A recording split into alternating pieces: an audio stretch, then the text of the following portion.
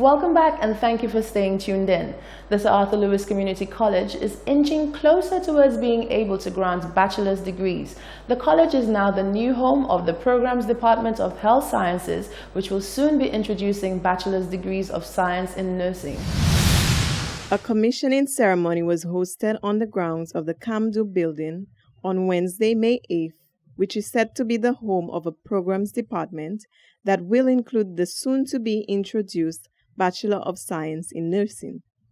The event was hosted by the Department of Health Sciences at the Sir Arthur Lewis Community College.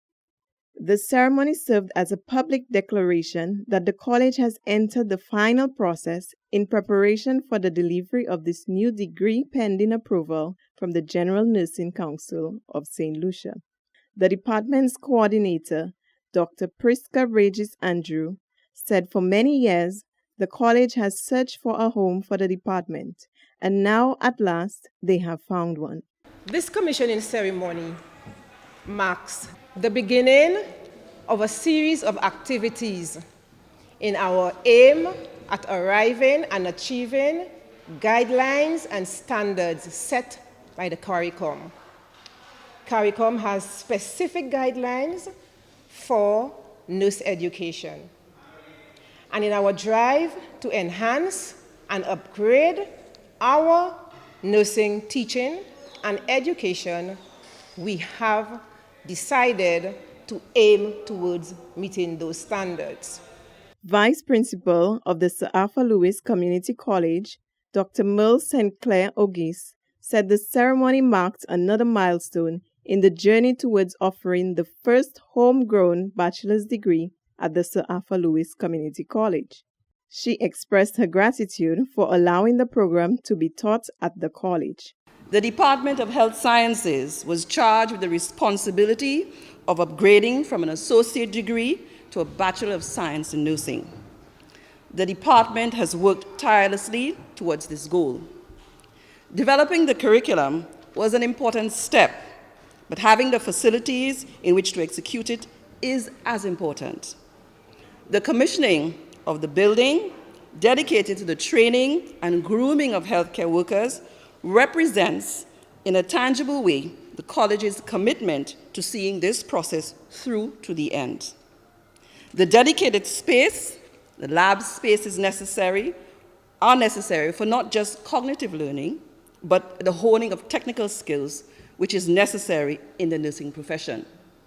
We are grateful to the Ministry of Education for allowing the college the use of this building to add to our growing number of offerings as we continue to meet our mandate of providing quality education for the St. Lucian public.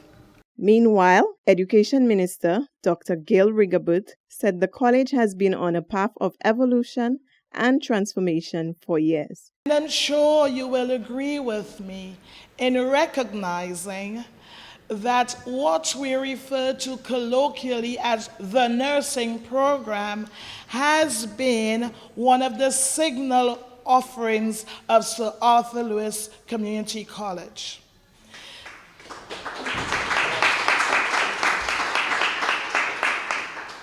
It is for this reason that on assuming this office, I have, with my colleagues, endeavored to do all that is necessary to ensure that you have a smooth evolutionary process. The ambition for the college and for this department in particular was very well articulated both by the Vice Principal and Madam Coordinator. And to emphasize that for years we had distinguished ourselves as an institution of learning that offered a good nursing program. I don't think many people got caught up with the technicality of whether it was a diploma or associate's degree, but we must today indicate that what we are witnessing and experiencing today is an important precursor to realizing our ambition of delivering a Bachelor of Science in Nursing. During the next 6 to 8 months, the department will ensure that all requirements are met towards the first intake of students. Ophelia Marriott, Hot 7 News. Working towards meeting their sustainable development goals, the Department of Sustainability recently held a press briefing to outline the roadmap for the adaptation of Agenda 2030. A key point of topic was the need for inclusiveness with special regard given to vulnerable groups.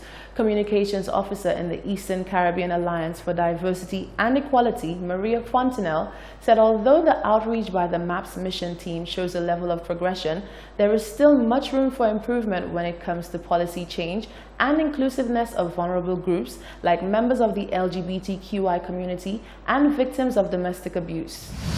We have a rep at that meeting yesterday as well. They do continue to include us. However, they include us at a certain level that does not at the moment immediately impact policy.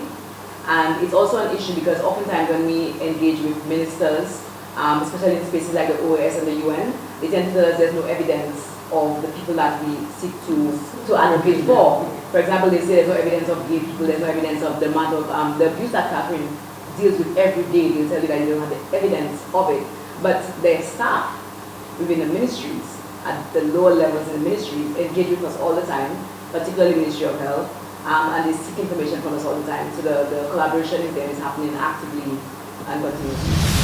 Also present during the briefing was former Advocacy Officer of United and Strong, Bennett Charles, who backed up the sentiments of Fontenelle and said the evidence does exist. However, the issue lies in repackaging the evidence for policymakers to understand the plight of at-risk groups on island. In other news, staff at WLBL received a lesson in the link between productivity and punctuality by members of the National Competitiveness and Productivity Council during their safety awareness activities. More in this report from Glenn Simon. A safe staff is a more productive staff. Rings true as the Windward and Leeward Bureau WLBL observed a safety day for its staff at its Viewfort office. Safety is a major component of the operations of the Bureau, whose safety vision is zero accidents. Among the presenters for the day was Fiona Hinkson, Director of the National Competitiveness and Productivity Council, NCPC. She noted that one of the mandates of the NCPC is to raise awareness around the issues involving productivity and competitiveness. So we discussed what productivity is all about, why it's important for a company like WLBL to improve on the productivity and how that impacts on the overall productivity for the country. When all companies improve on the productivity, St. Lucia benefits on the whole. So today we also discussed two factors that hinders productivity: absenteeism and punctuality. So we believe that improving on absenteeism and punctuality can really help the company with the bottom line, because they are spending monies, paying salaries and so on. And if employees are not at work, then it reduces the output and therefore the productivity. Human Resource Officer at WLBL, Margarita Aurelia, said the thinking behind inviting the NCPC to the Safety Day activity is because the company has recognized the important collaboration between safety and productivity, as a productive worker also works safely. I think it was well received. The staff now have a better understanding of productivity, and not just productivity for the organization, but for themselves too, because we both tend to benefit when the organization is more productive and the employees are more productive. You get a better output. So in the end, it's a win-win for the employee and the organization. With a 24-hour production cycle, safety is a high priority for WLBL, who prominently displays the number of accident-free days during their operations. Production supervisor at WLBL, Aureus Saint-Hilaire, said he found the presentation very insightful, not just for companies like WLBL, but for the nation at large, as productivity helps the nation move. Well, productivity goes hand in hand with a program that we already have at WLBL, which is TPM, Total Productive Management, and it's really about minimizing waste, and also to look at how you can impact on profit and other areas in the company. The NCPC aims to foster increased collaboration with the private and public sectors, institutions and organizations, as well as the wider public, on issues surrounding productivity and competitiveness. For the National Competitiveness and Productivity Council, Glenn Simon reporting.